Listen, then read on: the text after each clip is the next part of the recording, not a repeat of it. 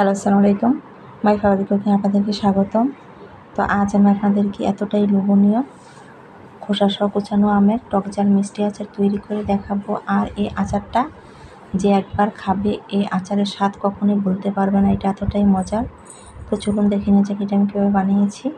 তো ভিডিওটাকে শুরুতে প্লিজ একটা লাইক দিয়ে ভিডিওটাকে শুরু করবেন। আর আমার চ্যানেলটা এখন যারা সাবস্ক্রাইব করেন নাই প্লিজ সাবস্ক্রাইব করে পাশে থাকা বেল আইকনে চাপ দিয়ে দিবেন।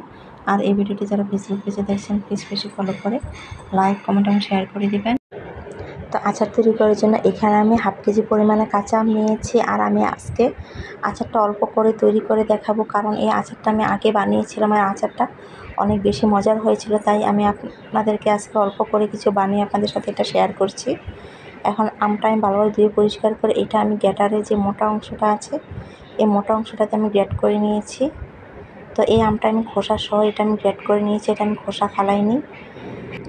এখন এই আমটাতে আমি 1 টেবিল চামচ পরিমাণে লবণ দিয়ে আমটা আমি একদম ভালোভাবে মাখিয়ে নেব। তো যেহেতু এখানে আমের পরিমাণ কম তাই এখানে লবণ 1 টেবিল চামচ পরিমাণে দিয়ে দিলাম। তো লবণ দিয়ে আমটা একদম ভালোভাবে মাখিয়ে রাখলে আমটা অনেকটা সফট হবে আর আমের থেকে যে একটা কষ ভাব থাকে কষটাও বের হয়ে যাবে। এখন আমি লবণ দিয়ে মাখিয়ে আমটা আমি প্রায় 1 ঘন্টার জন্য আমি রেস্টে রেখে দিচ্ছি। তো 1 ঘন্টার মধ্যে আমের থেকে অনেকটাই পানি বের হবে আর কষটাও বের হয়ে যাবে। তো 1 ঘন্টা পরে আমি ফিরে আসছি। এখন এই আমটা থেকে অনেকটাই পানি বের হয়েছে আর আমের কষটাও বের হয়ে গিয়েছে। এখন এই আমগুলো আমি আবারও পানি দিয়ে একদম ভালোভাবে আমটা আমি ধুয়ে নিব, যাতে আমের কষটা একদম ভালোভাবে চলে যায়। তো আমি কয়েকবার পানি পাল্টে আমটা একদম ভালোভাবে ধুয়ে নিয়েছি। এখন আমি আমের মধ্যে যে এক্সট্রা পানি আছে পানিটা একদম ভালোভাবে হাত দিয়ে চিপে পানিটা আমি ফেলে দিচ্ছি। তো একদম ভালোভাবে এটা আমি চিপে পানিটা ফেলে দিয়ে একটা বোলের মধ্যে নিয়ে নিচ্ছি।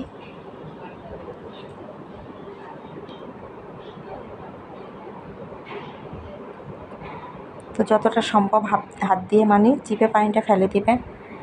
তো আমি সম্পূর্ণ আমের পানিটা আমি হাত দিয়ে চিপে একদম ভালোভাবে ফেলে দিয়েছি। এখন এখানে আমি কিছু মশলা দিয়ে আমগুলো আমি মাখিয়ে নিব। এখানে আমি ছোটো সাইজের 2টা রসুনের কোয়া ছিলে নিয়েছি আর এখানে আমি 1.5 টেবিল চামচ পরিমাণে আদা কুচানো দিয়ে দিচ্ছি। তো অবশ্যই এটাতে আদা কুচানোটা দিতেই হবে। আর এখানে আমি 1 টেবিল চামচ পরিমাণে কালো সরিষা বাটা দিয়ে দিচ্ছি। সাথে এখানে আমি হাফ চা চামচ লাল মরিচের গুঁড়ো, 1 চা চামচ টালা শুকনো মরিচের গুঁড়ো আর এখানে হাফ চা চামচ হলুদের গুঁড়ো, 2 চা চামচ দিয়ে দিচ্ছি পাঁচফোড়নের গুঁড়ো আর স্বাদ মতো লবণ দিয়ে দিচ্ছি।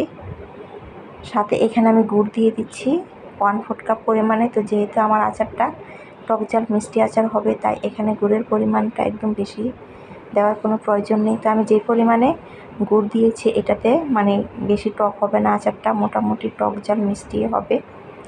এখন আমি হাত দিয়ে একদম ভালোভাবে আমগুলো মাখিয়ে নিচ্ছি।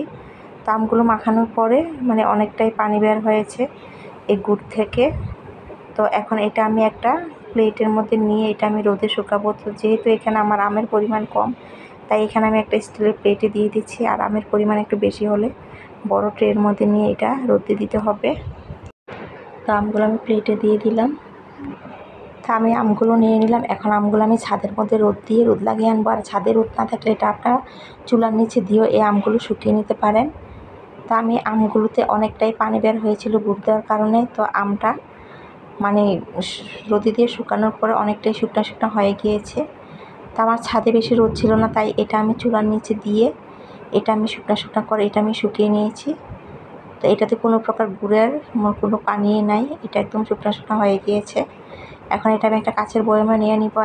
আর এই আচারটাতে মানে ভিনেগার দেওয়ার কোনো প্রয়োজন নেই, ভিনেগার ছাড়াই আচারটা অনেকদিন ভালো থাকবে। এখন আমি কাচের বয়ামের মধ্যে আচারটা নিয়ে নিচ্ছি। তো যেহেতু এখানে আমি অল্প পরিমাণ আচার দিয়েছি তাই এখানে আমার বয়াম পুরা 1 বয়াম আচার হবে না, এখানে আমার মানে অর্ধেক পরিমাণে বয়ামে আচার হয়ে গিয়েছে। তার আচারের কালারটা অনেকটা সুন্দর হয়েছে। এখন এটাতে আমি সরিষার তেল দিব। তো আপনারা চাইলে সরিষার তেলটা কাঁচাও দিতে পারেন, কোনো সমস্যা নেই। তো আমি আচারের মধ্যে যেহেতু দিব সরিষার তেলটা একটু গরম করে দিব। তো এখানে আমি প্রায় হাফ কাপ পরিমাণে সরিষার তেল একটা কড়াইতে দিয়ে গরম করে নিচ্ছি। সাথে এখানে আমি কয়েকটা শুকনো মরিচ আর সামান্য পরিমাণে পাঁচফোড়ন দিয়ে তেলটার মধ্যে একটু গরম করে নেব, তাহলে পাঁচফোড়নের থেকে সুন্দর একটা স্মেল বের হবে। তো এটা আমি 20 থেকে 25 সেকেন্ড তেলটার মধ্যে দিয়ে একটু গরম করে নিলে এটা আমার হয়ে যাবে। আর মানে তেলের গরমটা এটা বাকিটা হয়ে যাবে। এখন আমি চুলাটা বন্ধ করে দিচ্ছি। তো চুলাটা বন্ধ করে এটা একটু হালকা গরম অবস্থায় এই আচারের মধ্যে আমি তেলটা দিয়ে দিব। তো এখন আমি চুলাটা বন্ধ করে দিলাম। তো চুলাটা বন্ধ করে এটা আমি হালকা ঠান্ডা করে নিয়েছি, তেলটা একটু হালকা গরম আছে। এখন আমি তেলটা বয়মের মধ্যে নিয়ে নিচ্ছি। তো বয়মের মধ্যে নিয়ে আমি আচারটা সমান সমান করে আমি তেলটা দিয়ে দিচ্ছি।